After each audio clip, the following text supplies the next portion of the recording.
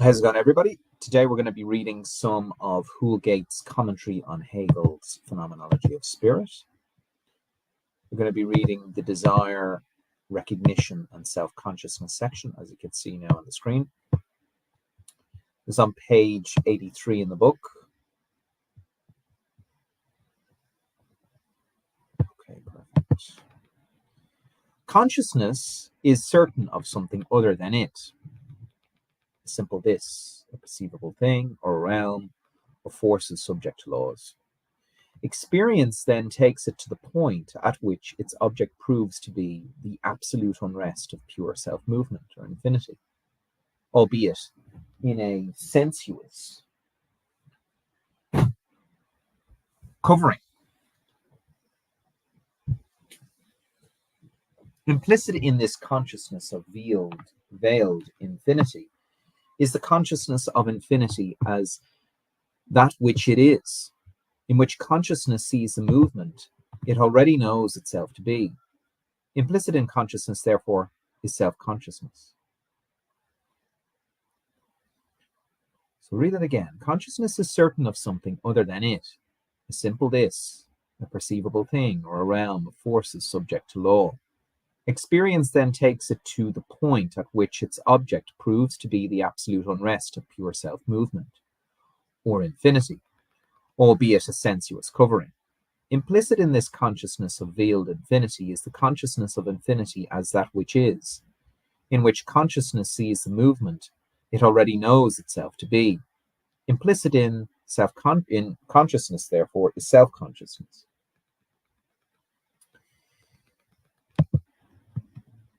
The phenomenologist now takes us forward to explicit self-consciousness.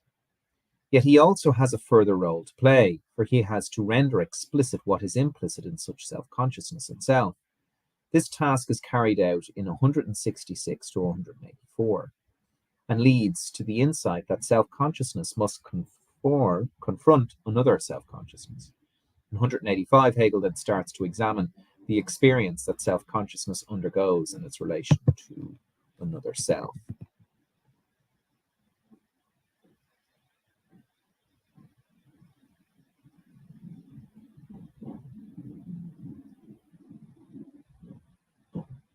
So it seems here from this paragraph that implicit in this consciousness of veiled infinity is the consciousness of infinity as that which it is,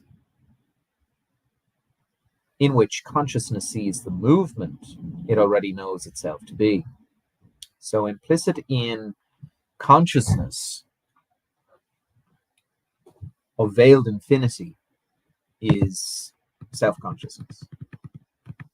Self-consciousness is intrinsically two-sided, though it does not know why this is the case. We, however, do know. It is because self-consciousness is consciousness that has mutated, with our help, into self-consciousness. As self-consciousness sees itself, it sees itself and itself alone as the truth. It takes itself to be pure self-consciousness.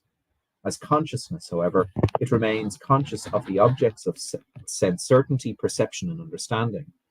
It is thus not pure self-consciousness after all, but the whole expanse of the sensuous world is preserved for it. This places self-consciousness in a contradictory position, for it can enjoy pure self-consciousness only in relation to what is other than it. So this otherness. How can self-consciousness resolve this contradiction? How can it be conscious of itself alone while also relating to something else? It can do so, Hegel maintains, only by starting with the other, actively removing it, and in doing so, turning its back to itself. Self-consciousness must, therefore, be the return from otherness. It proves to be not simply a state, but a movement. The movement that Hegel calls desire, Begierde. As Butler points out, Hegel's account of desire in the phenomenology exercised enormous influence on 20th century French thinkers such as Kojève, Sartre, and Lacan. That account itself, however, is remarkably brief. Hegel describes the movement of desire as follows. Self-consciousness faces another that belongs to the sensuous world, but it regards this other as a subordinate to it. That is to say, it sees that other as having no independent being of its own, but as being there for the self. Hegel expresses this idea by saying that the other for self-consciousness is a mere appearance. The other is not something illusory, but a real, perceivable thing. Nor is it an appearance in contrast to an inner being. It is a mere appearance because it is known to be there only for the sake of self.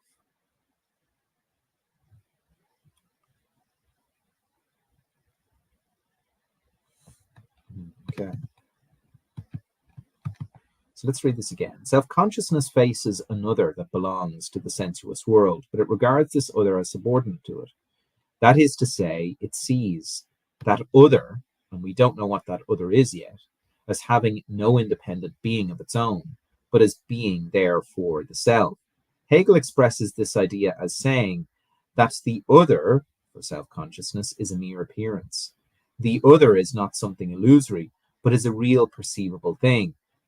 Nor is it an appearance in contrast to inner being. It is mere appearance because it is known to be there only for the sake of self.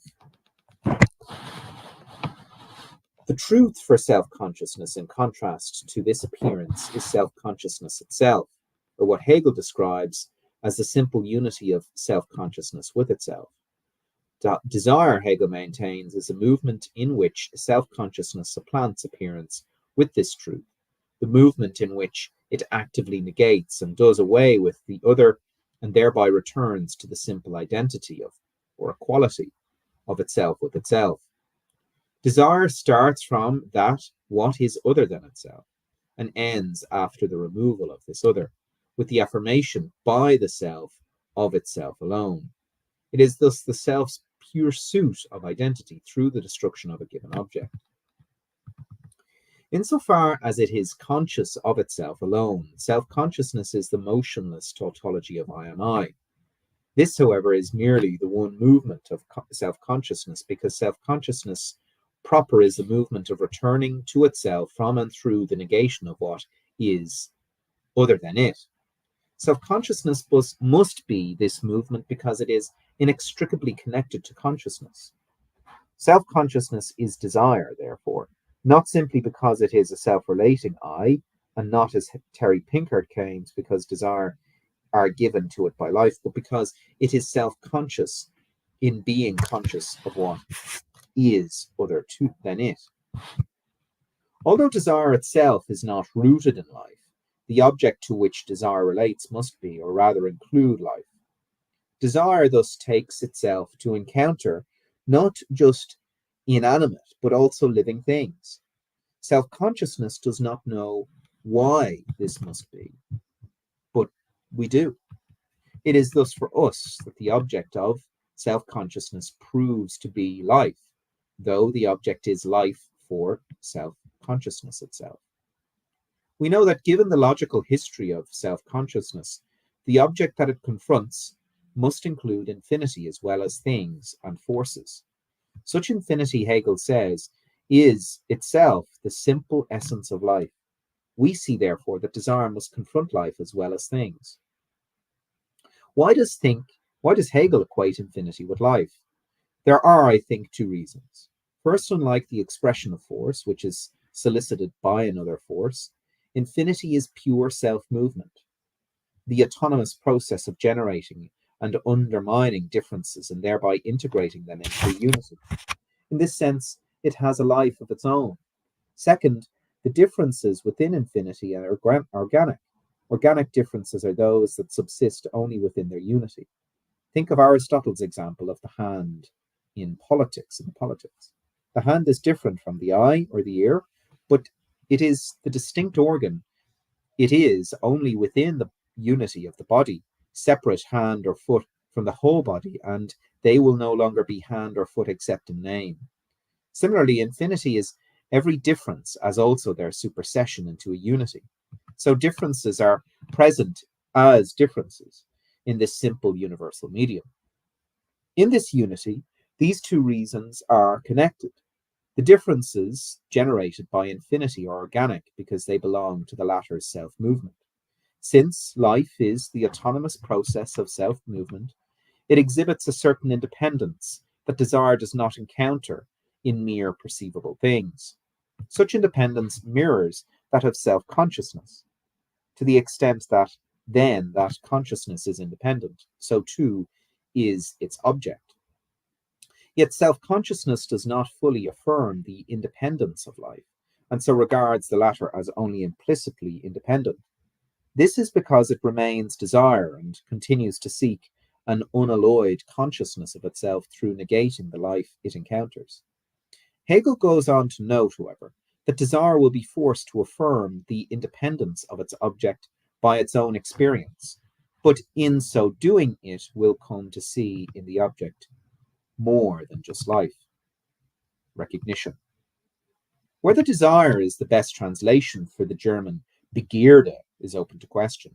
Begierde in the phenomenology is not the feeling of wanting something I lack.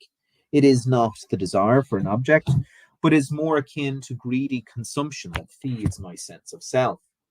Contained within Begierde is the German word for greed, Gier.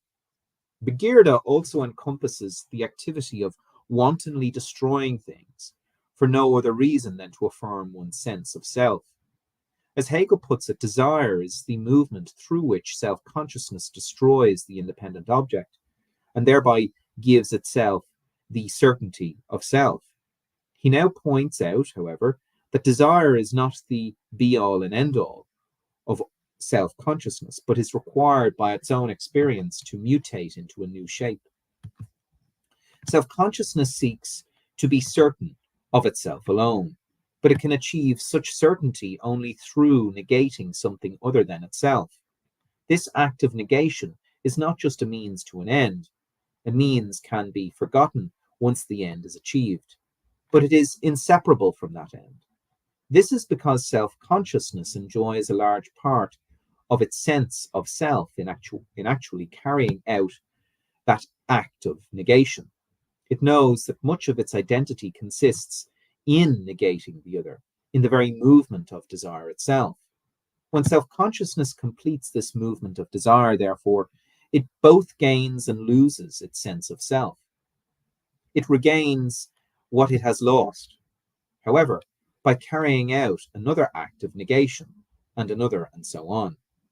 In this way, desire reproduces itself endlessly and moves from one other to another in search of that sense of self that comes only through actually negating something else.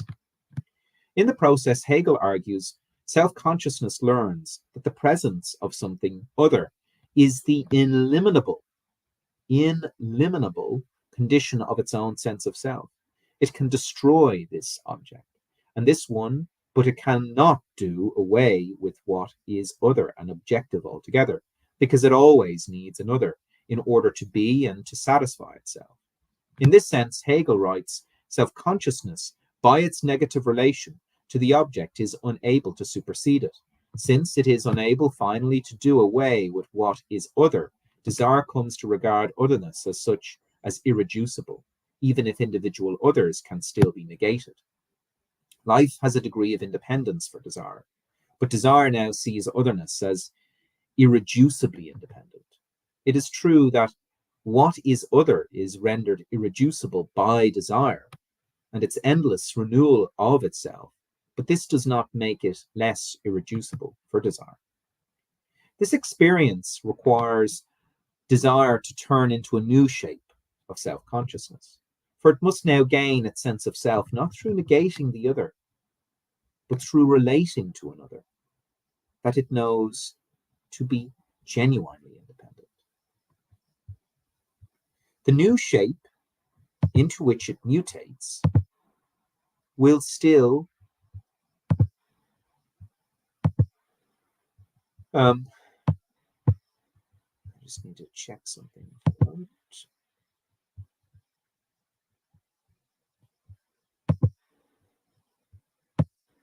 Perfect.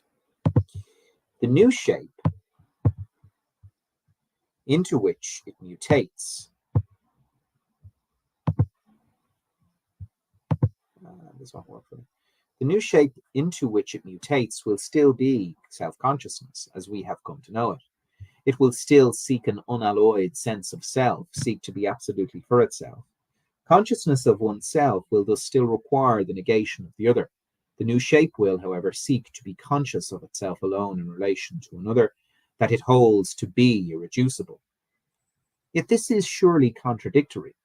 How can the self be conscious of itself alone in the presence of an irreducible other? This contradictory demand can be met, Hegel argues, if self-consciousness relates to another that independently negates itself, but in so doing retains its independence by remaining in being. On account of the independence of the object, we are told self-consciousness can achieve satisfaction only when the object itself affects the negation within itself.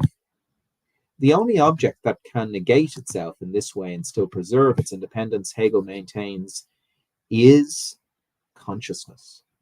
Life negates itself, since it dies through simply being alive. But in so doing, it ceases with its distinctive difference to be what it is. When it dies, the living organism loses the independence it has as life, and so does not remain independent in this negativity of itself. Consciousness, by contrast, can negate or avow every feature of itself and nonetheless remain aware of itself as an irreducible independent self.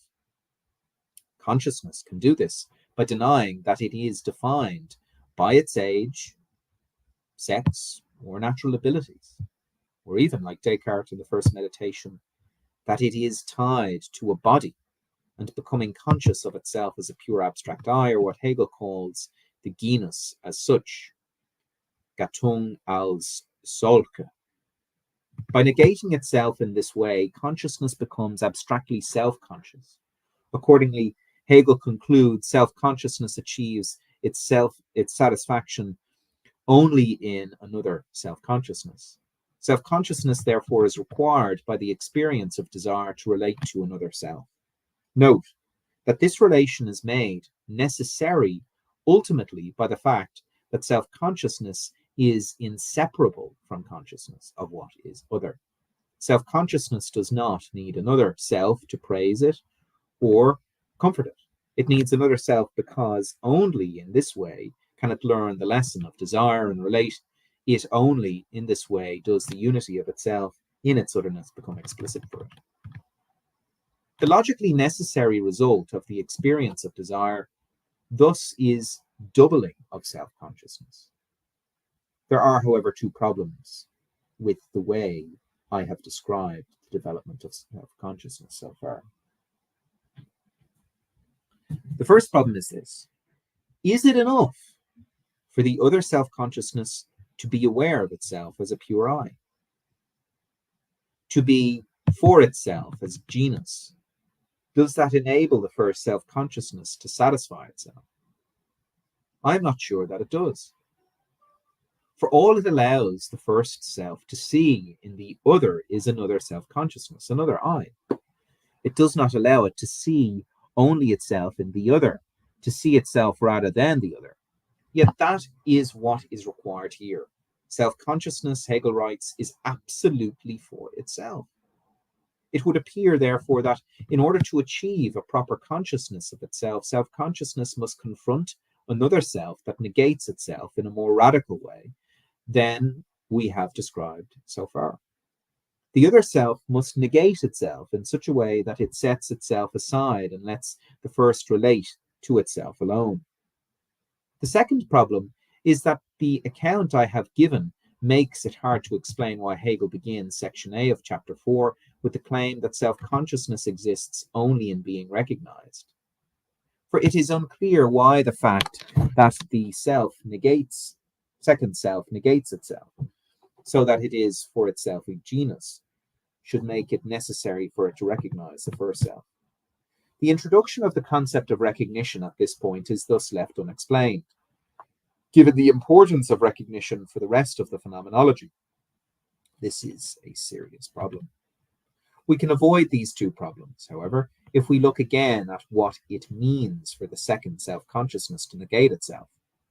In particular, if we look briefly at the account of such negation given by Hans Georg Gadamer, he writes that the first self-consciousness can see itself in the other only if this other is independent and grants that it does not exist in its own right, but rather that, in disregard of itself, it is for another.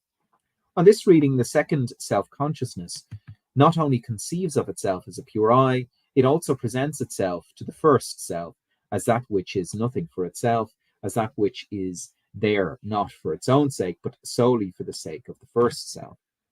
This attributes a much stronger sense of self-negation to the second self-consciousness.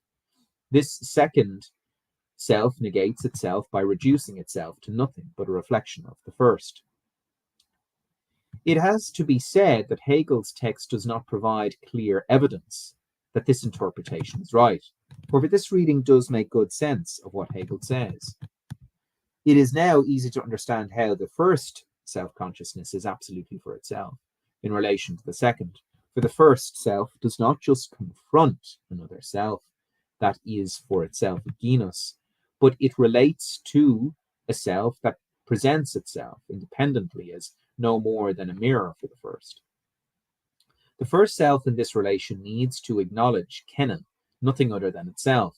Therefore, because the second self disregards itself in favor of the first and merely reflects the latter back to itself, the stronger interpretation of self-negation also explains why Hegel describes the relation of the second self to the first as one of recognition. The act whereby the second self negates itself by turning itself into nothing but a reflection of the first self just is the act whereby the second self recognizes the first. I recognize another, therefore, simply by turning myself into a mirror for that other. In my view, unless the second self-negation is understood in this way, the concept of recognition is left without explanation. A cornerstone of Hegel's phenomenology would thus be introduced without any proper warrant.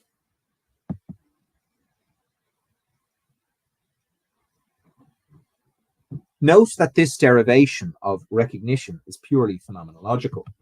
It is not motivated by any moral, political, or religious imperative.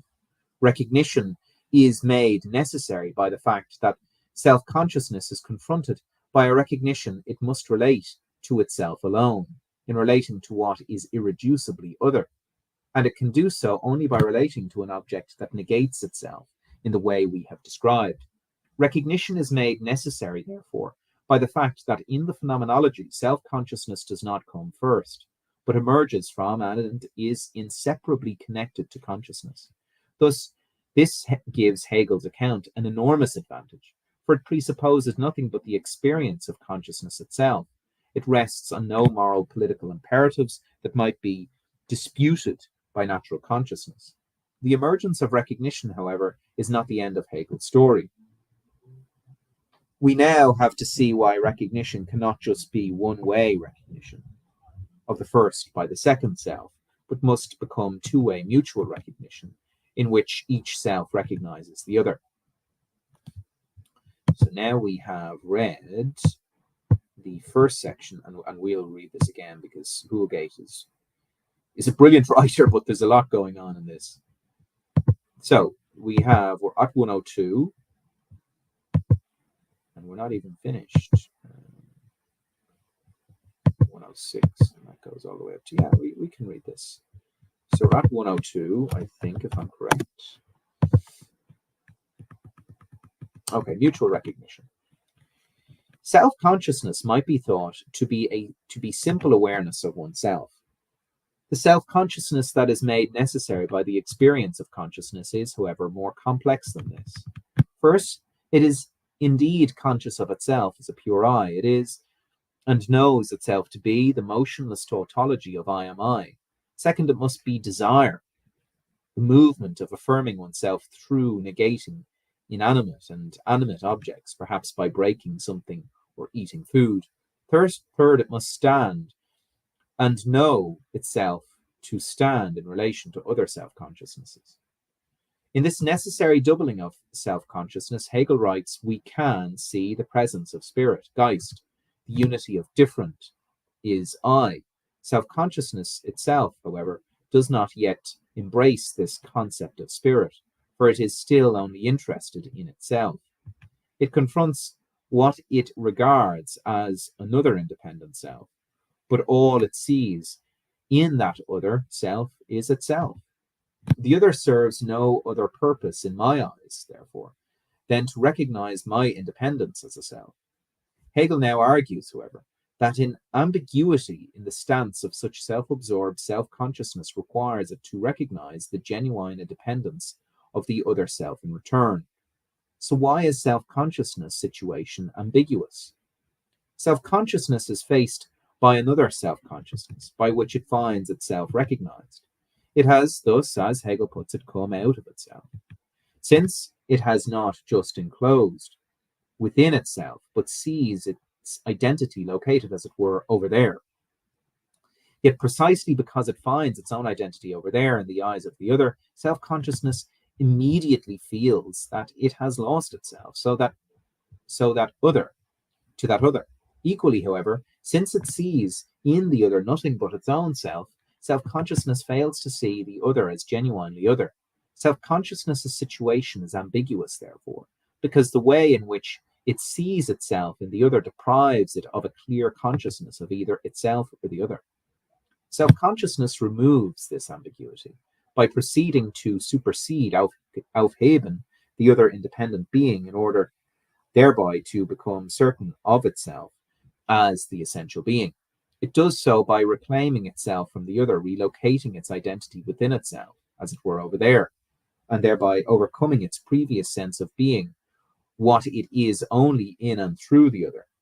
This removal of ambiguity is, however, itself ambiguous, for in making this move, self-consciousness deprives itself of the consciousness of itself that it has just enjoyed and proceeds to supersede its own self.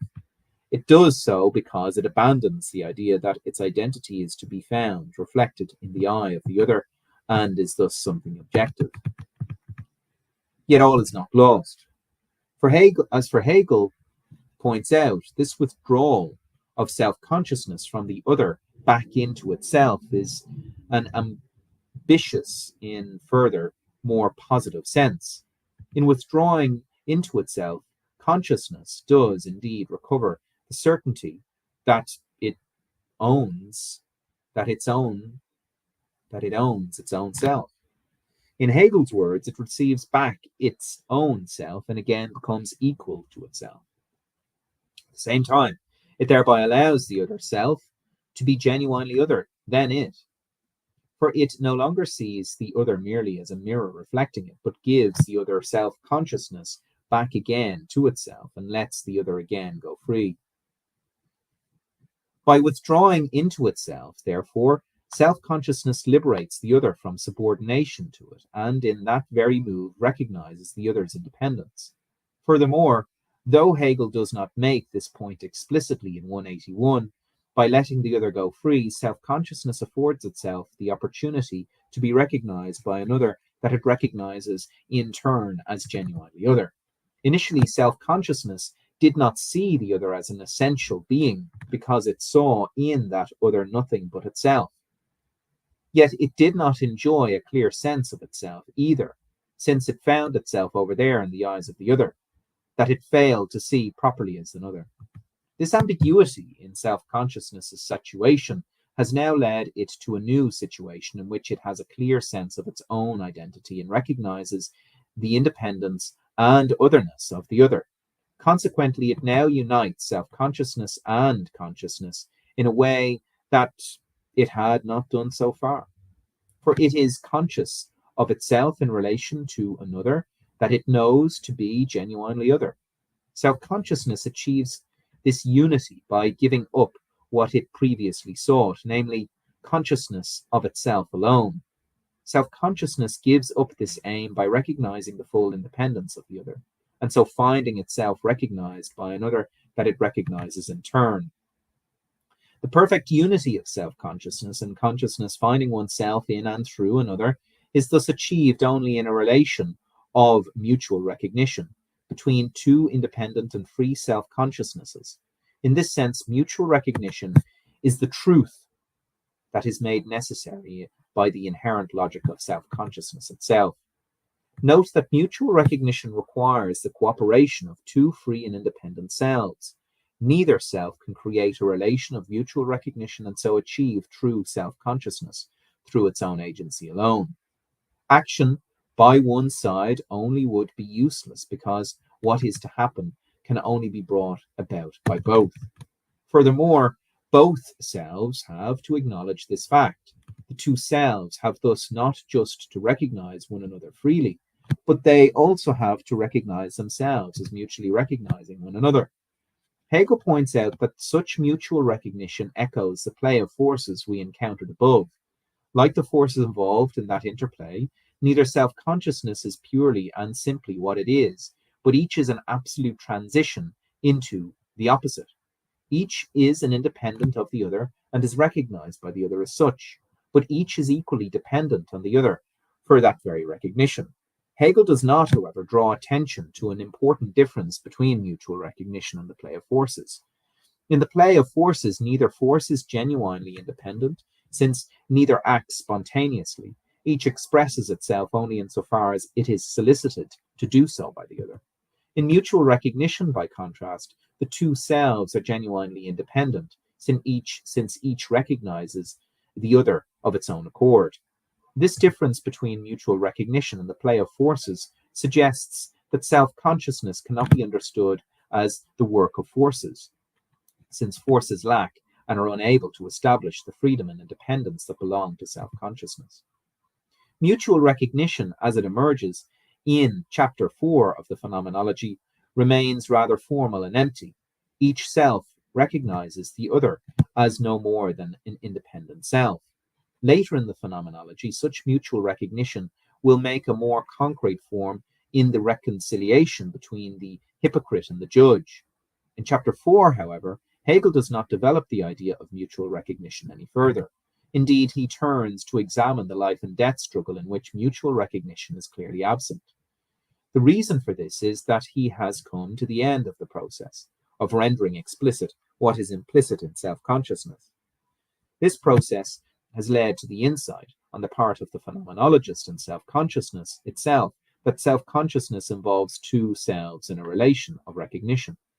What we now have to do, Hegel maintains, is examine how this doubling of self-consciousness appears to self-consciousness itself, that is, how self-consciousness itself expresses this doubling. In line with the preceding chapters, Hegel begins his analysis of this experience by considering doubled self-consciousness in its most immediate and undeveloped form. Immediate self-consciousness reverts to the standpoint of desire and seeks to be conscious of itself alone. And at the same time, it seeks recognition from the other of its independence and being for self, since it is interested only in itself. However, it does not accord any recognition of the other. The relation between the two selves is thus not one of the mutual recognition, but one in which the two are opposed to the other, one being only recognized and the other only recognizing. Note that what introduces this inequality or asymmetry into the relation between selves is the fact that each has an utterly primitive conception of its own freedom and identity. Each is focused only on its own freedom and denies that the other enjoys a similar freedom. As Hegel will show, the first experience that is generated by this utterly abstract concept of the self is the life and death struggle. And here he has two study questions. Why does self-consciousness take the form of desire? Why does self-consciousness take the form of mutual recognition? So the life and death master-slave. Do we have time to do this now? So 6 to 15 is 9 pages.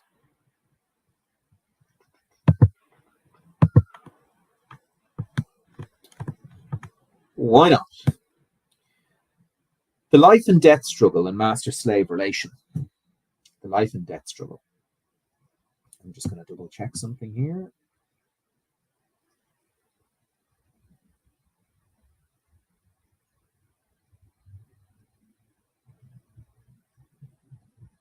Okay.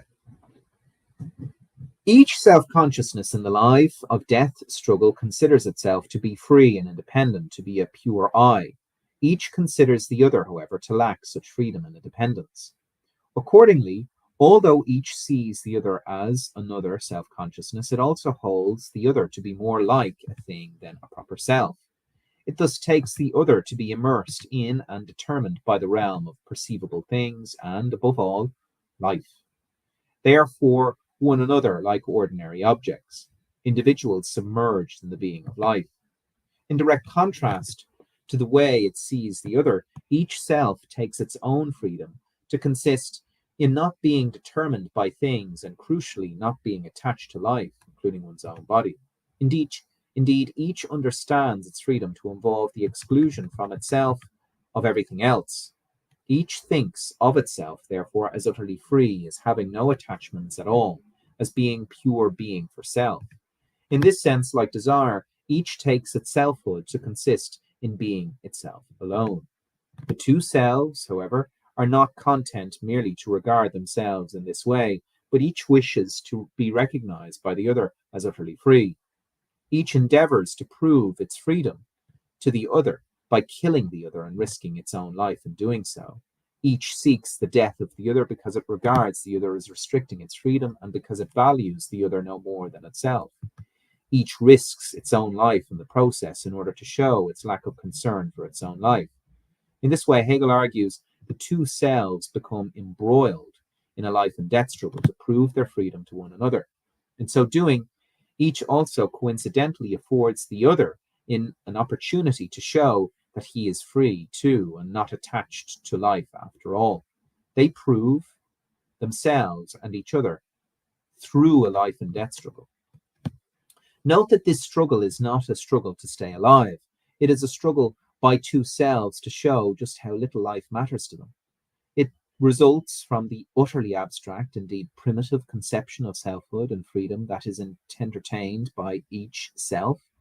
Like some members of inner city gangs, each self seeks to confirm its own sense of selfhood, for or being for self, by trying to kill the other with no care for its own life. Hegel's analysis thus shows how a primitive, abstract, and self-absorbed conception of identity leads to the inflicting of the most severe violence on others. This will not be the last time in the phenomenology that an abstract concept of selfhood brings or tries to bring death in its wake. We will see the same happen in the sphere of absolute freedom. There is, however, an obvious problem with this life and death struggle. Each self wants to prove its freedom to the other and wants the other to recognize that freedom. I want you to bear witness to my disregard for both your life and mine. But of course, if I succeed in killing you, I lose the very recognition I seek. This trial by death, Hegel writes, thus does away with the truth which was supposed to issue from it. For with death, consciousness remains without the required significance of recognition.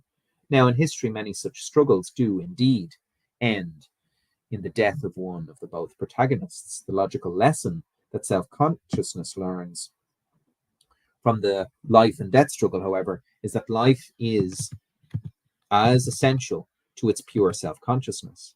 For only when both parties remain alive can one recognize the other as pure self. Accordingly, self-consciousness, or rather the phenomenologist, now moves on a new relationship between selves, in which this lesson has been taken to heart. This new relationship does not replace the previous one altogether, but allows the goal sought in it, namely recognition of one's pure freedom and detachment, to be achieved. One of the selves thus continue to regard itself as free from attachment to things and to life, as pure being for self. Yet it now no longer seeks to prove its freedom by killing its rival, but it allows its rival to live so that the latter can recognize it as free. The other self also gives up seeking the death of its counterpart. It does so, however, because it no longer regards itself as a pure detached self, but now acknowledges its attachment to life.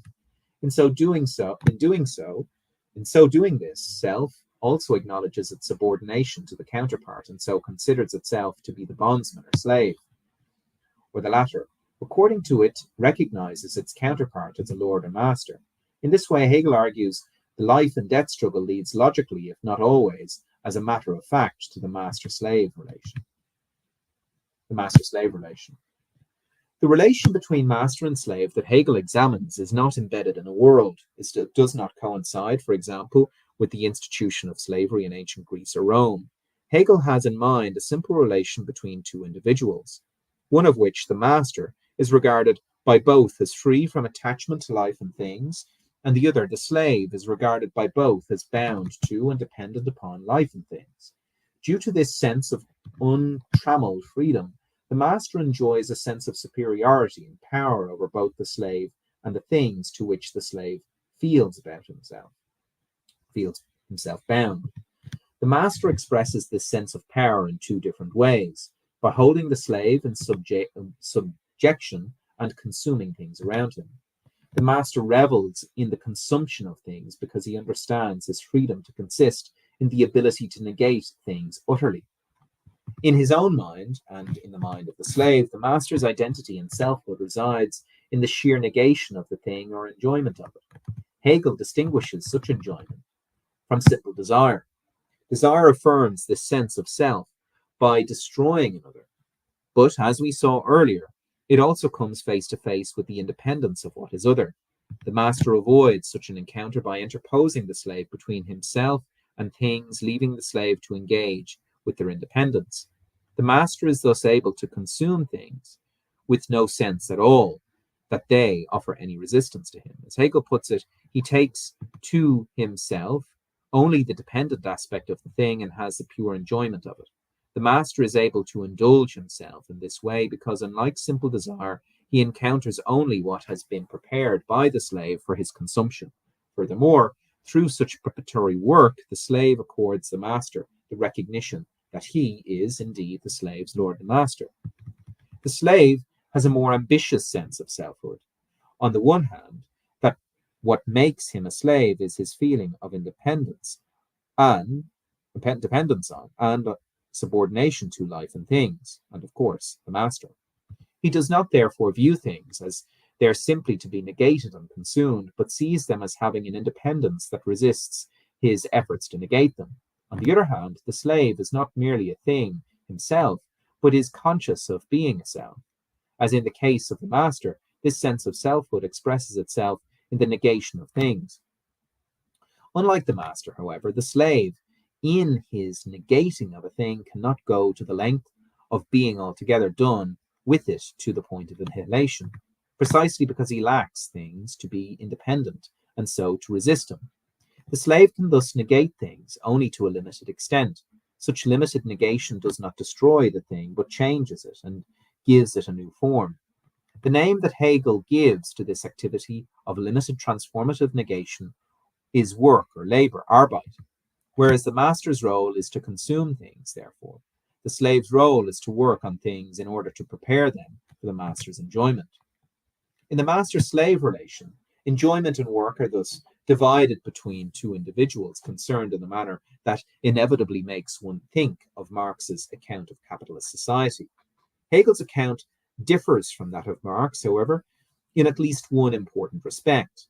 Marx provides an analysis of the way in which objective, historical processes of production lead to the division between capitalists and proletarians. Hegel, by contrast, sets out the way in which the master-slave conceive of themselves and their freedom or lack of it. The master may be deluded about his capacity for unstrained enjoyment, but that capacity belongs to his self-understanding, and that is what interests Hegel in the phenomenology. Similarly, work, or the limited negation of independent, resistant things, belongs to the self-image of the slave. Accordingly, the dialectic that Hegel describes in the phenomenology also differs from that described by Marx. Marx demonstrates, to his satisfaction at least, that the capitalist system of production and exchange leads, or should lead, to the material transformation of society. The tension that emerges in capitalism makes a revolutionary restructuring of society necessary. Production is to be taken out of private hands into public ownership, and the exploitation of workers by private capitalist producers is thereby should be abolished. In the phenomenology, by contrast, Hegel is interested solely in tracing the changes in self-understanding that the master and the slave undergo. This, by the way, does not show Hegel to be an idealist, removed from the realities of social deprivation under capitalism. He examines precisely those realities in his outlines of the philosophy of right. The purpose of the phenomenology, however, is to explore the dialectic inherent in consciousness and self-consciousness. And what interests Hegel in the case of both the master and the slave is the way in which their self-understanding is undermined by their own experience. The dialectic besetting the master is essentially grasped. The master sees the slave the truth of his certainty of himself.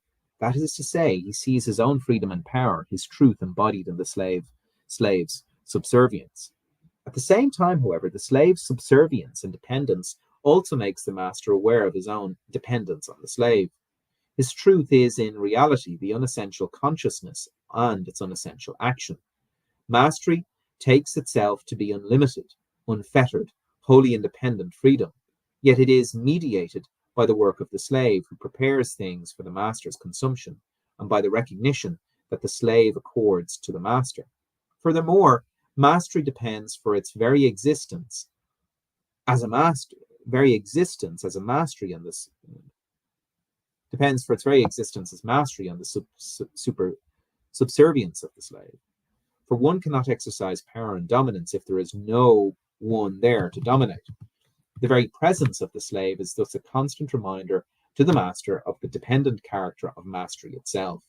As the master becomes more conscious of this dependence, his sense of unambiguous mastery is undermined, and his understanding of himself thereby transformed.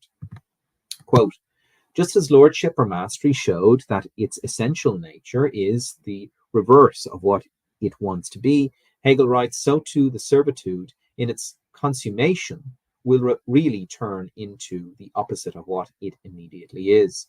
The dialectic that transforms the slave's conception of himself is, however, more complicated than that suffered by the master. As Jean Hippolyte, the slave is not revealed to be the master of the master, but is rather transformed into a truly independent consciousness, albeit within the limits of servitude. The first thing to consider is the slave's fear of death.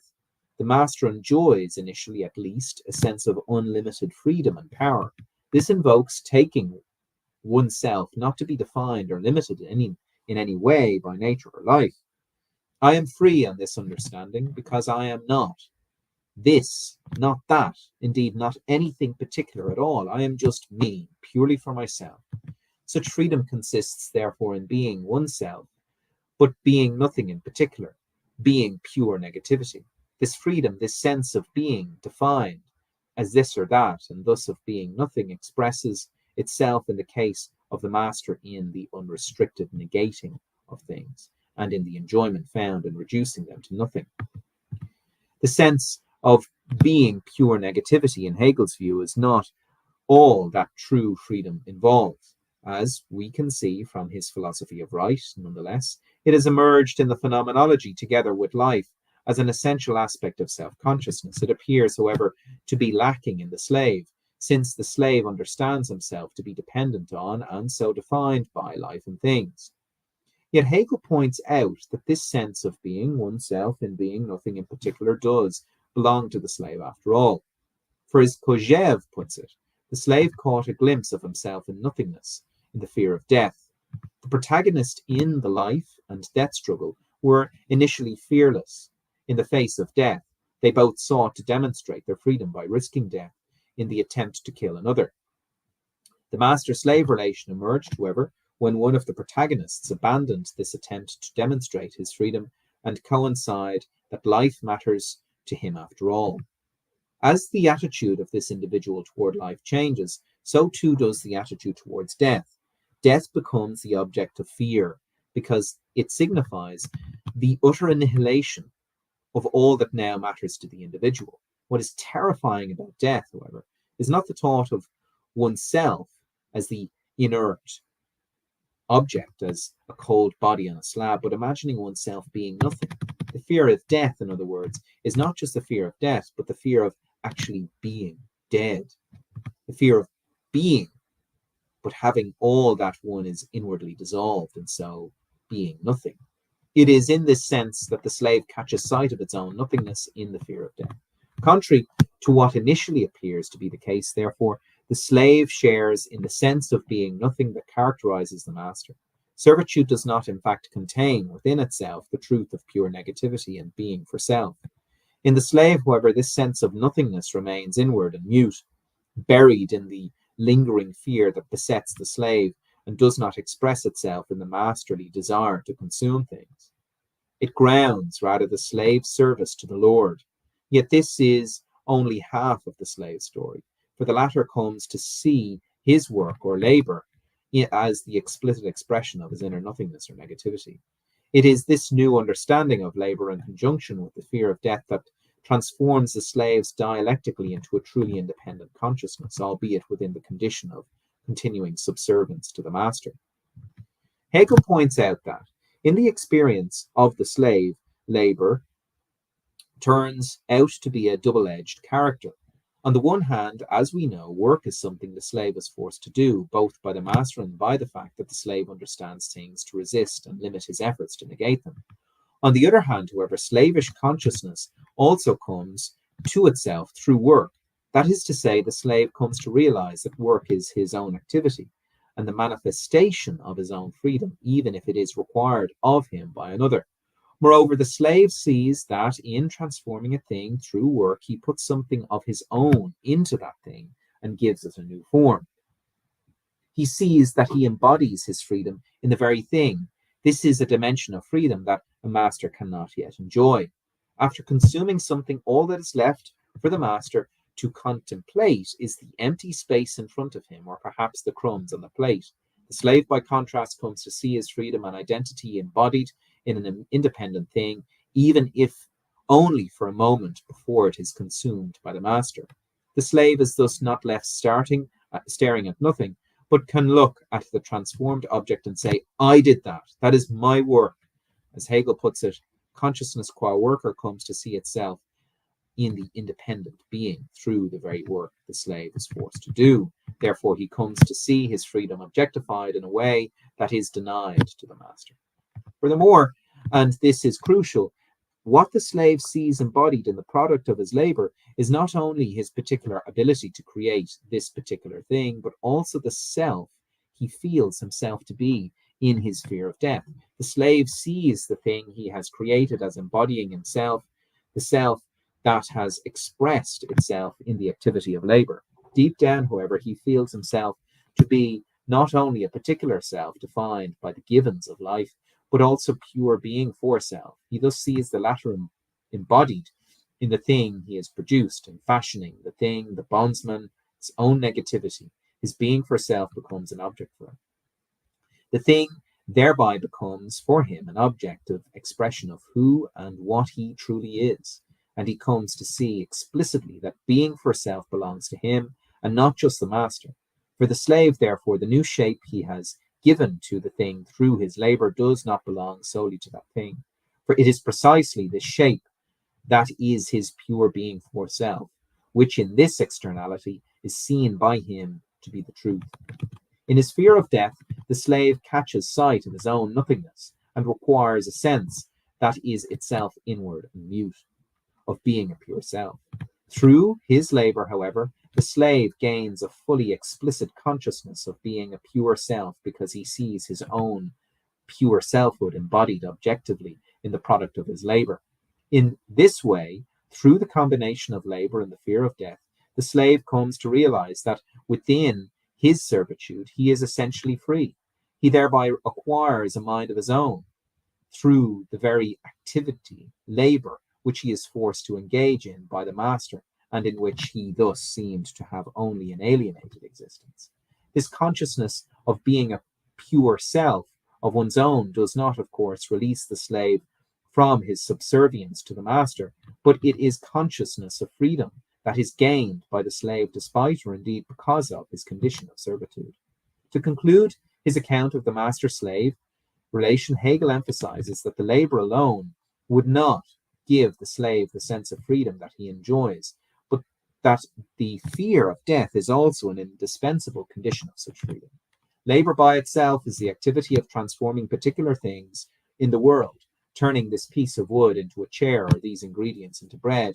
The freedom the slave exhibits in labor taken by itself is thus still a limited freedom. It consists in the particular ability to give new shape to these particular objects. As such, it bears witness to the fact that the slave's consciousness is still marred in the world of given particularities, or as Hegel puts it, that determine being still in principle attaches to it. Okay, yeah, we're nearly done. If the slave's freedom were to lie exclusively in his ability to labor, therefore, his sense of self would be defined solely by the particular skills he displays in such labor, and he would have no consciousness of being a pure self. These particular skills would be everything to him, and he would insist on being able to exercise them. The mind of his own that he requires through his labor would thus become a stubborn self-will. His eigener sin would become eigensin. Furthermore, he would show himself to be wholly dependent on and slave to those particular skills. In this sense, his freedom would be a freedom that is still enmeshed in servitude. He would evince a skill which is master over some things only. As we have seen, however, the slave's freedom does not lie exclusively in his labor, for such labor is itself grounded in the fear of death. His freedom is thus not tied definitively to the exercise of certain particular skills, after all, because his labor is itself not merely the exercise of particular skills, but also the expression of the nothingness of pure negativity that the slave in his fear feels to be himself to be.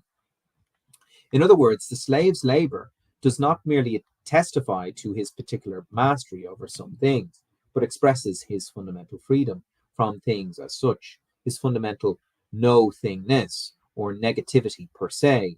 His labor thus affords him a sense of his general freedom to negate and transform things, that is, of his universal formative activity, or mastery over the universal power in the whole of the objective being.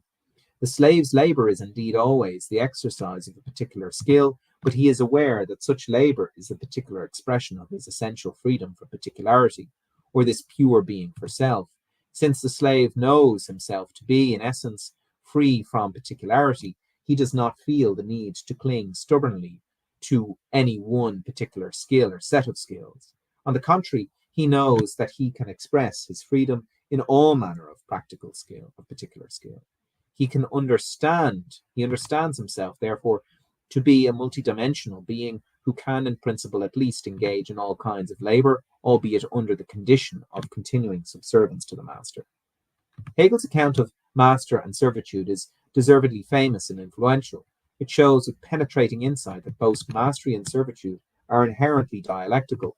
The master is less free than he initially thinks, because he is dependent on servitude for his very mastery, and the slave is more free than he initially thinks, because he finds freedom in labor that is grounded in the fear of death. It would be wrong to say that Hegel's account of the master-slave relation spawned Marxism and existentialism by itself, but by drawing attention to the liberating role of both labor and the awareness of death in the experience of the slave, it clearly prefigures some of the most distinctive insights. So why does life and death struggle arise? What role does the fear of death play in the self-consciousness of the slave? And next time we'll read Stoicism, Skepticism, and the Unhappy Consciousness. So there we go. And we'll definitely go over that again, because Houlgate is a phenomenal writer and he writes very clearly, but there's a lot to digest. So this is the first going over it. We went over it pretty quick, and next time we'll slowly meditate on each paragraph. Take care.